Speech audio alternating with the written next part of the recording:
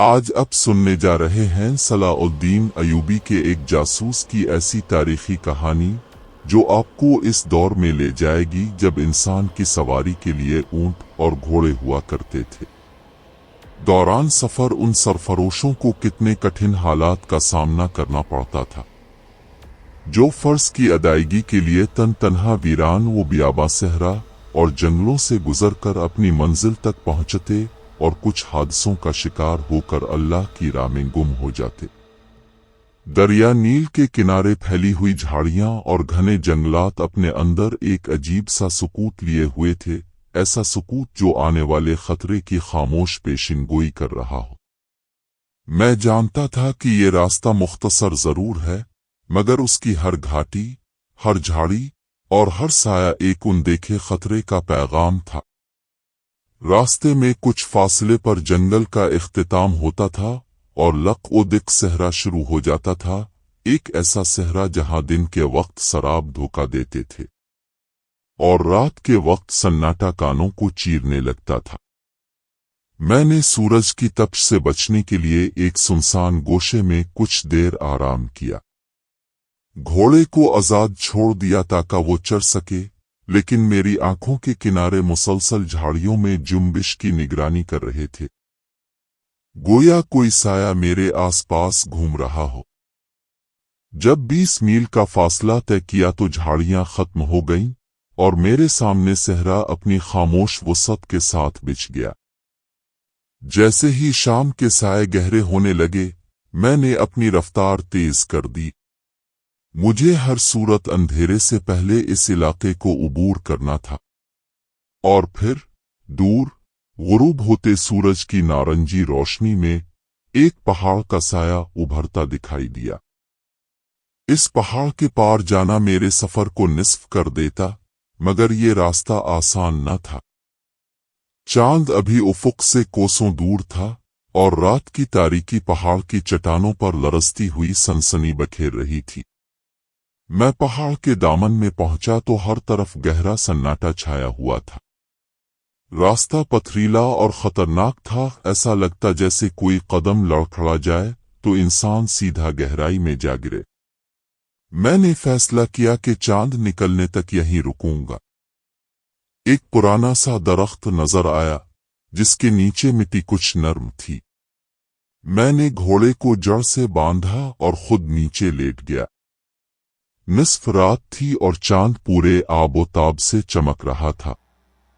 एक सरसराहट ने मेरी नींद तोड़ दी। आंखें खिलीं तो एक लम्हे को लगा जैसे इर्द गिर्द की फिजा सांस लेना भूल चुकी हो। मैं झटके से उठा, हाथ खुद ब खुद तलवार के नियाम की तरफ बढ़ा। पहली सोच यही थी वो कोई राहजन घोड़े के करीब ना आ गया हो, मगर घोड़ा इसी हालत में था, गर्दन जमीन पर रखे बेफिक्री से सो रहा था। मगर दिल के किसी कोने में जैसे कोई अलार्म बज रहा था। कोई अनहोनी, कोई अनदेखी आफत मेरे करीब आ चुकी हो।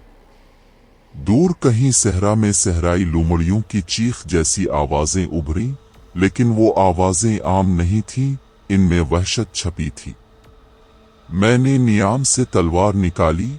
चांदनी रात में उसकी धार ऐसी चमकी जैसे किसी जिन्नात की आंखों में चमक आ गई हो। मैं चंद कदम आगे बढ़ा। रेत के जर्रे चांदनी में ऐसे चमक रहे थे जैसे सदियों पुराने असरार उनमें दफन हो। दूर उफुक पर फिरौनों के खंडरात अपनी परछाइयां बखेर रहे थे, बिल्कुल वैसे जैसे कोई भोली बसरी बद्दुआ फिजा में तीर रही हो। इन खंडरात के बारे में कहा जाता था कि वहां जिन्नात की सल्तनत है और फिरौनों की रूहें उनके जिस्म में हुलूल कर चुकी हैं। मैं तसल्ली के बाद वापस आकर दरख्त के नीचे बैठ गया, मगर जहन पुरसुकून नहीं था। और फिर वो वाकया हुआ जो मेरी जिंदगी का सबसे खौफनाक लम्हा बन गया। तकरीबन 600 मीटर दूर सहरा के बीच एक पुराने दरख्त के तने में अचानक एक हल्की सी रोशनी नजर आई। मैंने आंखें झपका कर देखा कि रोशनी धुंधली नहीं थी, बल्कि वो लम्हा बा लम्हा तेज होती जा रही थी।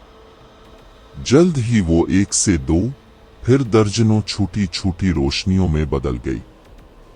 इन रोशनियों के बीच एक साया नुमाया हुआ, एक औरत, काले चौगी में मलबूस, लंबे बाल बिखरे, सर झुकाए किसी पुरस्कार कंघी से अपने बाल संवार रही थी।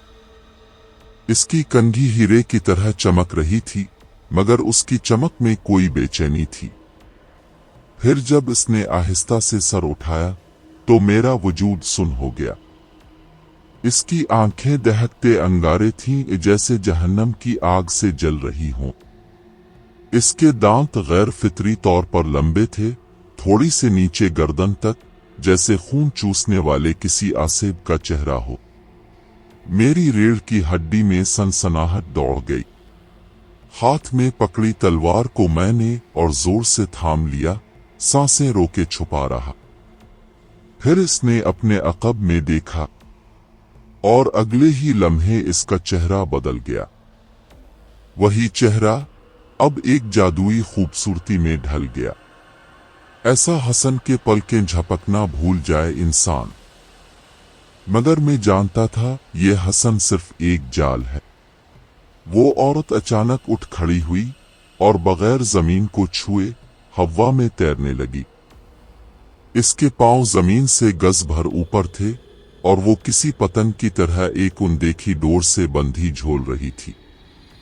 इसके हाथ में एक अजीब सी छड़ी आ गई, जिससे सहारा लेकर वो कभी झुकी हुई बुढ़िया की तरह चलती और कभी बलि की मानिंद दबे पांव आगे बढ़ती। कभी वो बाजू फैलाकर उड़ने लगती और कभी हवा में नाचने लगती, जैसे किसी गुमशुदा चीज की तलाश में हो। इसका काला चूगा ऐसा लगता जैसे जानवर की खुश्क खाल से तैयार हो। हर बार हवा में लहराता तो एक अजियतनाक सीटी की आवाज सुनाई देती। रात का बेशतर हिस्सा वो इसी तरह इस दरख्त के गिर्द चक्कर लगाती रही, जैसे किसी पुराने अहद की कोई कैद शुदा रूह अपना बंधन तोड़ने की कोशिश कर रही हो। जब चांद अपनी आखिरी मंजिल की तरफ बढ़ने लगा, वो अचानक दरख्त के साथ जाकर ठहर गई। और फिर एक ऐसा मंजर जिसे अल्फाज में बयान करना मुहाल है, वो आहिस्ता आहिस्ता दरख्त के तने में जज्ब होने लगी, जैसे वो खुद दरख्त का हिस्सा हो और वो दरख्त सदियों से इसका कैद खाना हो। हर चीज वैसे ही खामोश हो गई जैसे कुछ हुआ ही ना हो।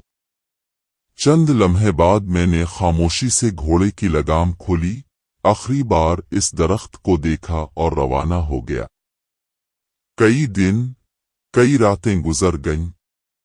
वो चेहरा, वो रोशनी, वो रक्स और वो अंगारों जैसी आंखें मेरे ख्वाबों में आती रहीं। फिर वक्त गुजरा, यादें मद्धम हो गईं। मगर कभी कभार आज भी जब नील के किनारे चांदनी रात में सहरा को देखता हूं, तो लगता है शायद वो अब भी वही है। हिजाजी वॉइस के तमाम सामीन को खुलूस भरा सलाम। वीडियो पसंद हो तो लाइक करना मत भूलिए और चैनल को सब्सक्राइब और बेल को ऑल प्रेस करें ताकि हमारी आने वाली नई सनसनीखेज कहानी अब तक पहुंच सके।